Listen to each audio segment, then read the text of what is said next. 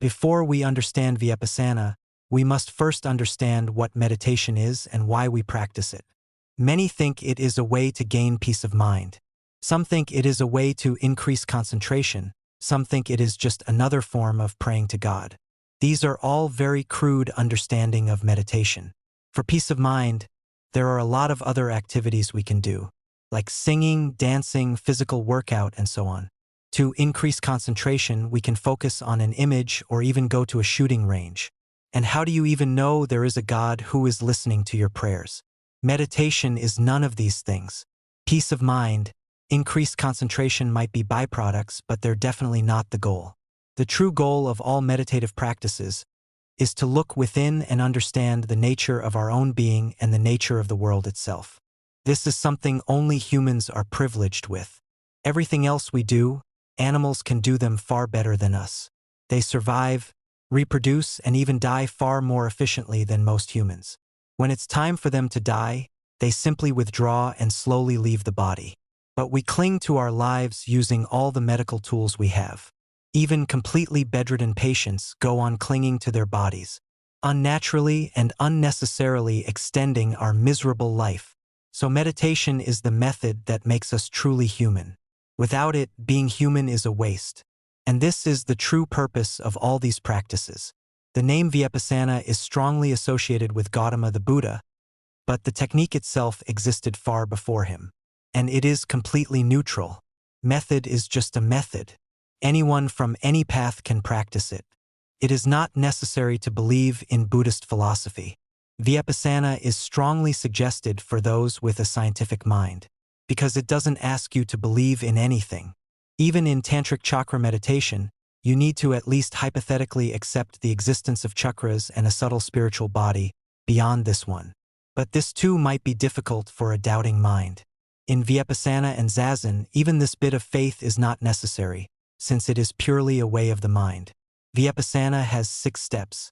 First 2 steps are contemplative and cannot be considered meditation. These are self-talk and self-analysis. Many of you might be doing it already. In that case, you can just skip this part. Otherwise, it is an important starting point. This is because so many of us are so extremely attached to the mind that they can't even realize that the content of their mind and they are 2 separate entities. Self-talk and self-analysis creates at least some distance from the mind. Ask yourself these simple questions. Can you really talk to yourself? Can the ISE itself without help of a mirror? Of course not. And therefore, the content of the mind and the individual must be separate. Only because of this fact is it possible to observe and analyze the mind. With this basic understanding in mind, let's begin step by step. Step 1. Self-talk. Whenever your mind says something, be it a new idea or just an impulse, try talking to it as if it is another person. You can just call it by your own name. Like this, the more you learn to converse with yourself, the more you'll learn to pause before taking any action. You can have a lengthy discussion with your own mind just like you would with another person. That way, a distance between you and the mind will be created. Step 2. Self-analysis. Now that you've created some distance with the mind, now you must figure out the reason behind all that it says. All desires come from a source, and you must figure it out the best you can.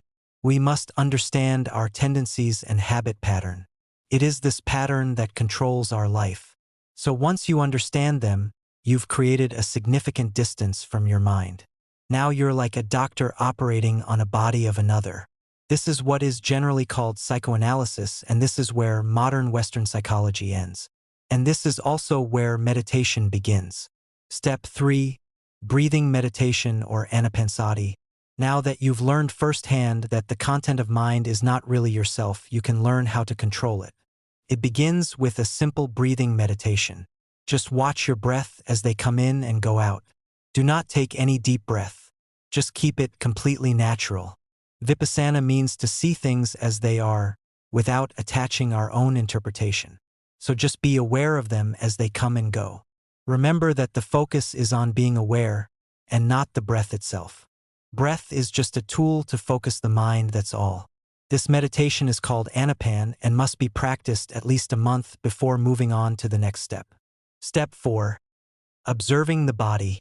Now that you've learned to focus the attention on your breaths, you can slowly increase the area of awareness to the whole body.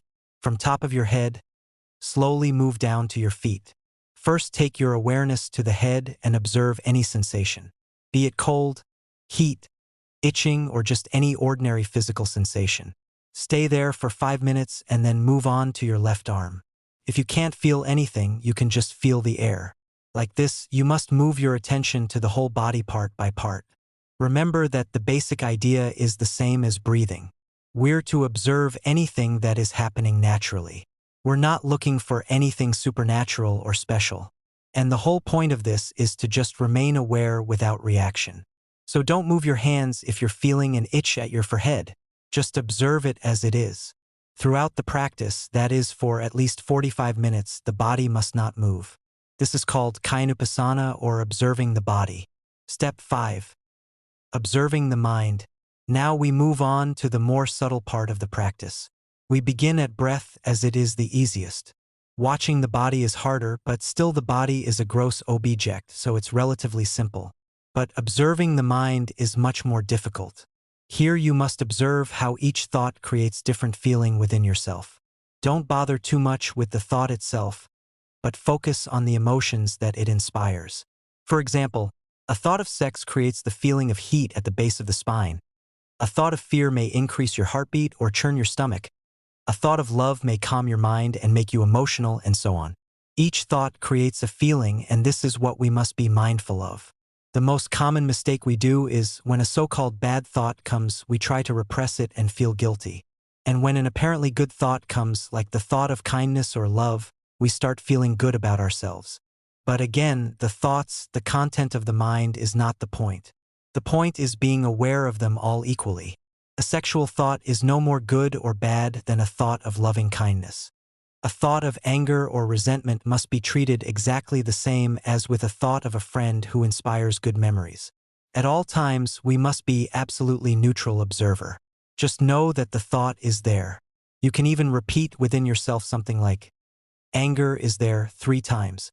This will immediately separate you from the feeling itself. This is called vipassana or observing the mind. And remember, there is no analysis here. You can do it separately later. Here you just observe and leave it that way. Step 6. Zazen. To be in Zazen means doing absolutely nothing. You just sit and let everything happen. If there's bodily sensations, let them be. If there are thoughts, let them be. Your job is to just sit without moving. You can't change your posture for 90 minutes. You can have your eyes closed or stare at a blank wall. Or keep it half open and fix your gaze on the ground at an arm's length ahead of you. Here, don't even try to be aware of your thoughts anymore. Because the more you try, the more it'll become a kind of work. The doer, the observer itself, must disappear. Just accept everything that is happening within and outside you. If a noise outside annoys you, then be aware of the feeling of irritation. If you hear a good music, then be aware of the pleasant feeling. They must be treated equally. This is Zazen and the absolute highest form of meditation. It is not a technique, since you're not doing anything at all. Rather, it is the end goal of all techniques. It is the art of being. This may take years of practice and many long hours of sitting, until a point comes when you feel as if you're sitting even when you're doing your day-to-day work. Sitting must become your first nature. Then one can say that he has truly become meditative. Then meditation is no longer an act we must do. It must be as effortless as breathing. Observing must become as effortless as looking with our physical eyes. This is true way of being for a mystic. So these are the 6 steps of vipassana. Now one might still ask, what is the point of it all? Well, as I already mentioned, this is one thing that makes us truly human. Only humans can be self-aware. Otherwise, we're like a chained dog. The dog cannot escape the chains because it never tries to find what really binds it. It only barks and pulls. If it tried to just turn around and untie it, it would be free. But it doesn't. It even treats its master, the very person that chained it, as a god. This is our situation. We're chained by 1,000 desires, desires that are often created by outside people, and we're suffering in it. The saddest part is, most people don't even realize that they're in pain.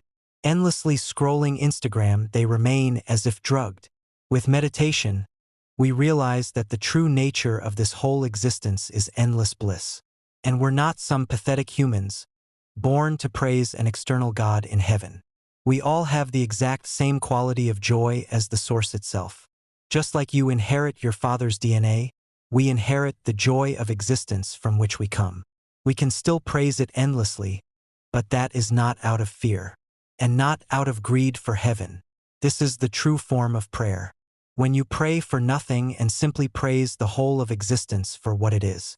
Meditation is a tool for the development of this fundamental understanding.